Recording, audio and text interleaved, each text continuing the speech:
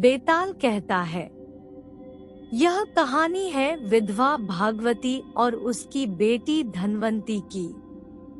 भागवती के विधवा होने के बाद उसके पति के रिश्तेदार उसका सारा धन लेकर भागवती और उसकी बेटी को घर से निकाल देते हैं। इसके बाद दोनों माँ बेटी दूसरे नगर के लिए निकल पड़ती हैं। रास्ते में दोनों एक जगह आराम करने के लिए रुकती हैं, तो वहाँ एक सिपाही एक चोर को बांधकर रखे रहता है। चोर को प्यास लगी होती है। वो भागवती और उसकी बेटी धनवंती से पानी पिलाने के लिए विनती करता है। पानी पीने के बाद वो माँ बेटी से सारी बातें पूछता है कि उनके साथ क्या हुआ था। सारी बातें सुनने के बाद चोर धनवंती के साथ शादी करने की इच्छा रखता है। यह सुनकर भागवती को गुस्सा आता है और वो उस सिपाही को चोर की बात बताती है। सिपाही भी चोर पर गुस्सा जाहिर करते हुए कहता है कि कुछ दिनों में तुम्हें फांसी लगेगी और तुम शादी करने की बात करते हो। यह सुनकर चोर कहता है, बहुत पाप किए हैं मैंने, अब लगता है कोई तो हो जो मरने के बाद मुझे पानी दे सके। मेरा कोई बच्चा नहीं है, मैं चैन से मर भी नहीं सकता, भूत बनकर भटकूंगा मैं। यह सब सुनने के बाद सिपाही वहां चोर को बांधकर आराम करने चला गया। सिपाही के जाने के बाद चोर भागवती और उसकी बेटी धनवंती को अपने छिपाए धन के बारे में बताने लगा। उसने कहा, अगर आप अपनी बेटी धनवंती की शादी मेरे साथ कर देंगी तो मैं आपको अपने छिपाए धन के बारे में बता दूंगा। मेरे मरने के बाद आप दोनों उस धन के साथ अपनी पूरी जिंदगी आराम से बिता सकेंगी। उसकी बात सुनकर दोनों सोच में पड़ गई। धनवंती की माँ भागवती ने चोर से पूछा, तुम यह क्यों करना चाहते हो? तो चोर ने कहा, शादी के बाद मेरा जो बच्चा होगा वो मेरे मरने के बाद पिंडदान करेगा, जिससे मुझे मुक्ति मिल जाएगी और मैं भूत नहीं बनूंगा। ये सब सुनने के बाद भागवती अपनी बेटी की शादी चोर से कराने के लिए तैयार हो जाती है। दोनों की शादी होती है और जल्द ही दोनों को एक बच्चा भी होता है। कुछ दिनों बाद चोर को फांसी लगा दी जाती है। भागवती और धनवंती काफी दुखी होते हैं।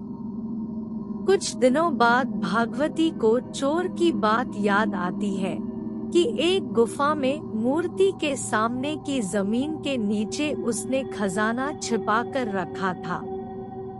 दोनों माँ बेटी वहां जाकर देखते हैं और जमीन खोदने लगते हैं।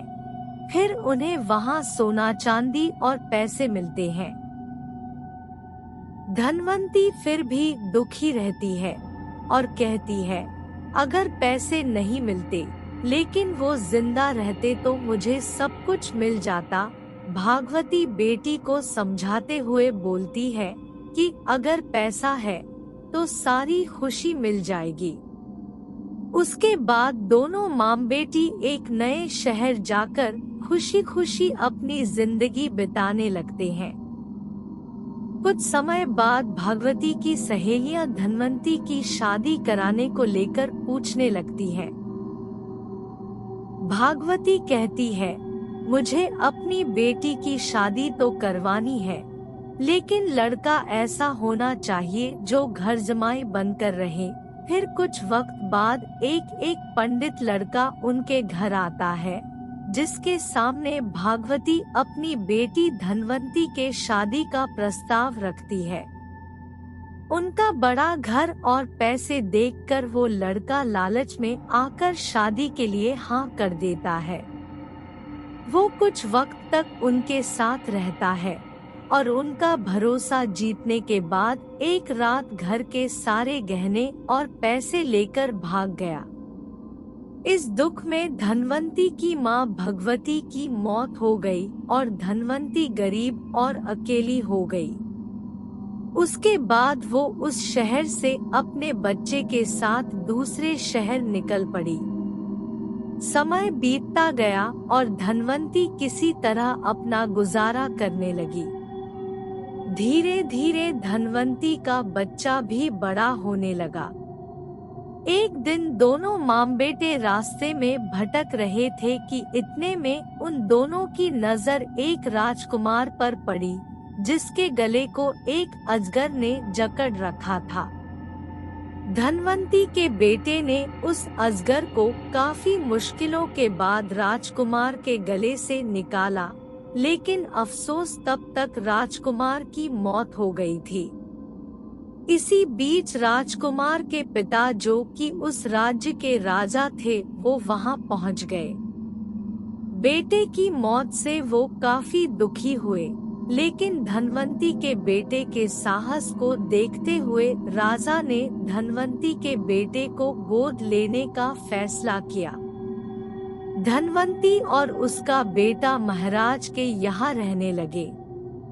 धनवंती का बेटा देखते ही देखते राजमहल और राजा के सारे कार्यों को सीख गया और राजा के बेटे की जगह ले ली। राजा की उम्र बहुत ज्यादा हो गई थी और कुछ वक्त बाद राजा की मौत हो गई। राजा ने मरने से पहले धनवंती के बेटे को सारा राजपाट सौंप उसे राजा बना दिया। उसके बाद धनवंती ने अपने बेटे से कहा कि पिता की मौत के बाद बेटे को पिता की आत्मा की शांति के लिए श्राद्ध और पिंडदान करना होता है। यह बात सुन उसका बेटा अपनी माँ धनवंती के साथ पिंडदान करने निकल पड़ा। जब वो नदी के किनारे पहुंचा तो उसे 3 हाथ दिखाई दिए। इतनी कहानी सुनाने के बाद बेताल रुक गया और हर बार की तरह इस बार भी उसने राजा विक्रमादित्य से सवाल पूछा, बताओ राजन, उस लड़ने का पिता कौन है? धनवंती का बेटा किस हाथ में पिंड देगा? इसमें एक हाथ उस चोर का है जिसके साथ धनवंती की शुरुआत में शादी हुई थी। दूसरा हाथ उस आदमी का है जिसने धन की लालच में धनवंती से विवाह किया था और तीसरा हाथ उस राजा का जिसने धनवंती के बेटे को गोद लेकर अपने बेटे की तरह रखा था। विक्रमादित्य ने जवाब दिया, उस लड़के का पिता वो चोर है जिसने धनवंती से पूरे रीति रिवाज के साथ शादी की। दूसरे व्यक्ति ने लालच में धनवंती से शादी की थी और राजा ने बस अपना काम किया था। चोर ही धनवंती का असली पति और उसके बेटे का पिता है, क्योंकि उसने धनवंती के लिए बिना किसी स्वार्थ के मरने से पहले धन छोड़ा ताकि वो खुशी से आराम की जिंदगी बिता सके। यह सुनते ही बेताल बहुत खुश हुआ और वापस घने जंगल में उसी पेड़ पर जाकर उल्टा लटक गया। इस बार भी पेड़ पर लटके बेताल को राजा विक्रमादित्य उतारते हैं और कंधे पर लाद कर आगे बढ़ते हैं। बेताल हर बार की तरह राजा विक्रमादित्य को फिर से एक कहानी सुनाता है। बेताल कहता है, एक बार की बात है, चित्रकूट नगर में एक चंद्रवलोक नाम का राजा राज करता था। उसे शिकार करने का बहुत शौक था। एक बार वो जंगल में शिकार करने निकला। वहां घूमते घूमते वो रास्ता भटक गया। थककर वो एक पेड़ के नीचे आराम करने लगा। आराम करते हुए उसने एक खूबसूरत कन्या को देखा। उसकी खूबसूरती राजा की आंखों में बस गई। उस लड़की ने फूलों के गहने पहने हुए थे। राजा उस कन्या के पास पहुंचा। वो कन्या भी राजा को देखकर बहुत खुश हुई। इतने में उस कन्या की सहेली ने राजा से कहा कि यह ऋषि की बेटी है। उसकी सहेली की बात सुनकर राजा खुद ही ऋषि के पास गए। उन्होंने ऋषि को प्रणाम किया। ऋषि ने राजा से पूछा, राजा आप यहाँ कैसे? राजा ने कहा, मैं यहाँ शिकार खेलने आया था। राजा की बात सुन ऋषि ने कहा, बेटा तुम क्यों मासूम जीवों को मारकर पाप के भागी बन रहे हो? ऋषि की बात का राजा पर बहुत असर हुआ। राजा ने कहा, मुझे आपकी बात समझ आ गई है, अब मैं कभी शिकार नहीं करूँगा। राजा की बात सुनकर ऋषि बहुत खुश हुए और बोले, राजा तुम्हें जो मांगना है मांगो। राजा ने ऋषि की बेटी के साथ शादी करने का प्रस्ताव रखा। ऋषि ने राजा की बात मान ली और बेटी की शादी राजा के साथ कर दी। शादी के बाद राजा अपनी पत्नी को लेकर अपने राज्य के तरफ चल पड़ा। रास्ते में जाते जाते दोनों को एक भयानक राक्षस मिला। वो राक्षस बहुत ही भयानक था। उसने राजा की पत्नी को खाने की धमकी दी। राक्षस ने कहा, अगर अपनी रानी को बचाना चाहते हो तो 7 दिन के अंदर एक ऐसे ब्राह्मण के बेटे की बलि दो जो खुद की मर्जी से अपने आप को समर्पित कर दे और उसकी मौत के वक्त उसके माता पिता उसके हाथ पकड़े रहे। राजा बहुत डरा हुआ था और उसी डर से उसने राक्षस की बात मान ली। राजा डरते हुए अपने नगर पहुंचा और अपने दीवान को सारी बात बताई। दीवान ने राजा की पूरी बात सुनते हुए राजा को सांत्वना दी और कहा, आप चिंता मत कीजिए, मैं कुछ उपाय करता हूँ। फिर दीवान ने 7 साल के एक बालक की मूर्ति बनवाई और उसे कीमती गहने और कपड़े पहनाए। उसके बाद दीवान ने उस मूर्ति गांव-गांव और आसपास के नगरों में भी घुमवाया। साथ ही उसने यह भी कहलवाया कि अगर किसी ब्राह्मण का 7 साल का बेटा अपने आप को अपनी मर्जी से बलिदान देगा और बलि के वक्त उसके माता पिता हाथ पैर पकड़ेंगे, उसे यह मूर्ति मिलेगी और साथ ही 700 गांव भी मिलेंगे। यह खबर सुनकर एक ब्राह्मण का बेटा राजी हो गया।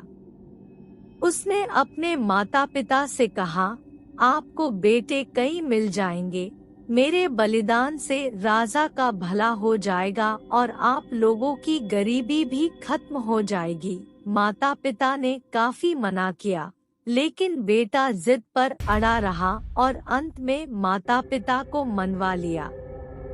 ब्राह्मण माता पिता अपने बेटे को लेकर राजा के पास गए। राजा सभी को लेकर राक्षस के पास गया। राक्षस के कहे अनुसार राजा उस बालक की बलि के लिए तैयार हुआ और बलि के वक्त बालक के माता पिता ने उसके हाथ पकड़े। राजा ने बालक को मारने के लिए जैसे ही तलवार उठाया, बालक जोर से हंस पड़ा। इतने में ही बेलाल ने कहानी बीच में ही रोक दी और विक्रमादित्य से हर बार की तरह सवाल पूछ बैठा कि बताओ विक्रमादित्य, ब्राह्मण का लड़का क्यों हंसा? राजा ने जवाब देते हुए कहा, ब्राह्मण का बेटा इसलिए हंसा क्योंकि जब भी कोई आदमी डरता है तो वो सबसे पहले अपने माता पिता को बुलाता है। अगर माता पिता नहीं हो तो व्यक्ति राजा को मदद के लिए बुलाता है। अगर राजा भी मदद न कर सके तो व्यक्ति भगवान को मदद के लिए याद करता है। लेकिन यहाँ तो कोई भी ब्राह्मण के बेटे की मदद के लिए नहीं था। माता पिता बालक के हाथ पकड़े हुए थे।